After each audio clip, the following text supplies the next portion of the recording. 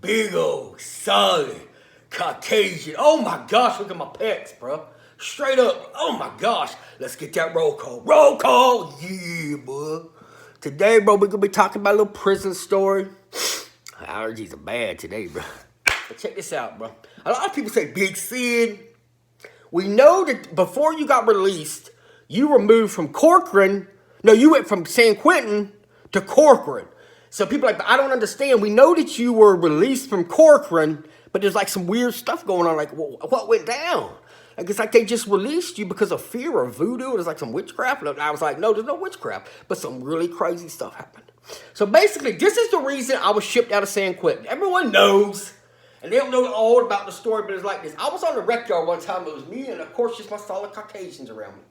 But I was chopping it up with these black dudes, right? We were like, ta-da, ta-da, ta-da. And I was having a lot of problems with the freaking lieutenant, right?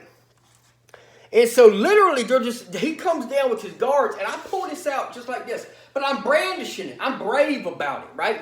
And so literally, they're like, put it down, Big Sid. Put it down. They think they have me. So I dropped it just like this. And there was like a berm. There was like a pile of grass because the inmates, the trustees, the chomos, all them, they were cutting grass and stuff like that. Well, they didn't understand what I'd hidden in the grass because I made this. This right here is a bow and arrow out of a tray.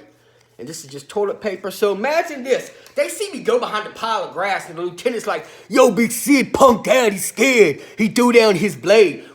Just like the old guy said, when you throw down your blade, you're going to pick up something more dangerous. So imagine this. You see Big Sid hidden down.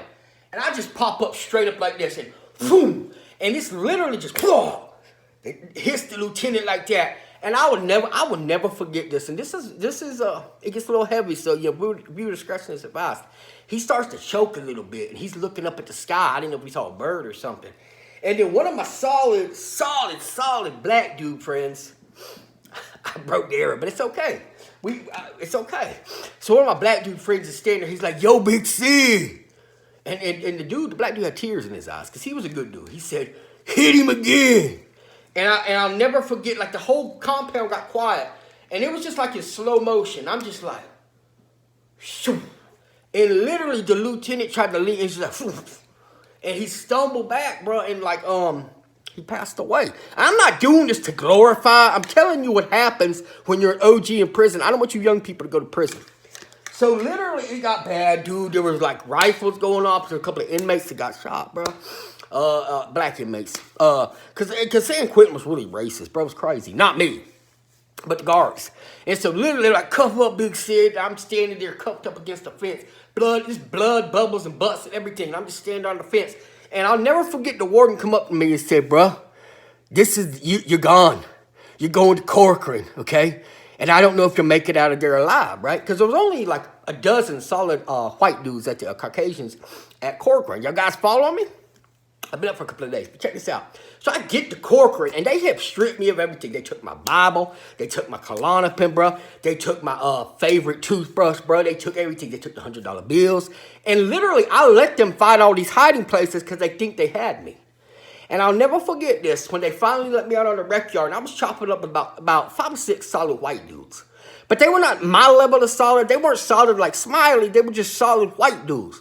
And so all these gangs at Corcoran, these black dudes and these Norteños and these Southerners and the ABs and the CDs and all these people, bro, they were sitting there like, we finally got Big Sid. And this is the story that people want me to tell.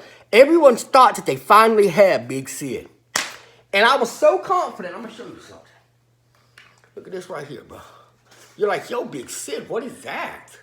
Well, I had got the warden to trust me, so I worked on the housekeeping crew. Like, they had some blinds there and stuff, and I would always bring, like, these blinds over my shoulders, like, I got to change the blinds, CEO, and he's, how you good, Sid? And you see this is right here? It looks like the tube that you put, like, those blinds in and everything. You see this right here? And this right here, people say, yo, Big Sid is too far. All that toilet paper roll, that did not. It's not what made you finally get out of prison. It's not the most violent scene you've ever been in. And yes, it is. I can put my shades on for this if I tear up. So literally, I'm walking out on the rec yard with these white dudes. Semi-solid white dudes.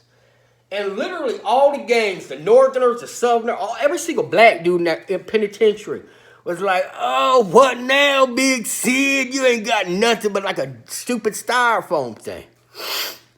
I was like, really? That's all we got. And so literally people didn't know we've been making blades and all kinds of stuff. And so we stuck these blades in there. Also, you could disguise your voice with this. Because I would call in, like, if you were in another cell, you could just reach around like, yo, dude, I'm making a soup. And people would not know they couldn't hear your conversation. Like, you can't hear this unless you're right up against it. Like, yo, dude, let me get a soup. But if I go over here, yo, dude, let me get a soup. Yeah, you can't hear that, bro. That's just another use for it. So we're on the rec yard, right? And this thing is packed full of blades. And we had this weird medicine man. Like, he was kind of like an Azteca, but he was like into weird stuff. And I'm not into that. But it was like he owed me some black tar because I confronted him. He's like, well, I can't pay you back. Don't kill me. Can I just bless, like, these toilet paper rolls? I'm like, bro, that's crazy, bro.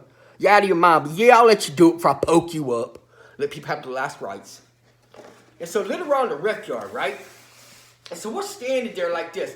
And so all the gangs are coming towards me, right? And I pull off a piece because, like, there's a little blade in each one, right?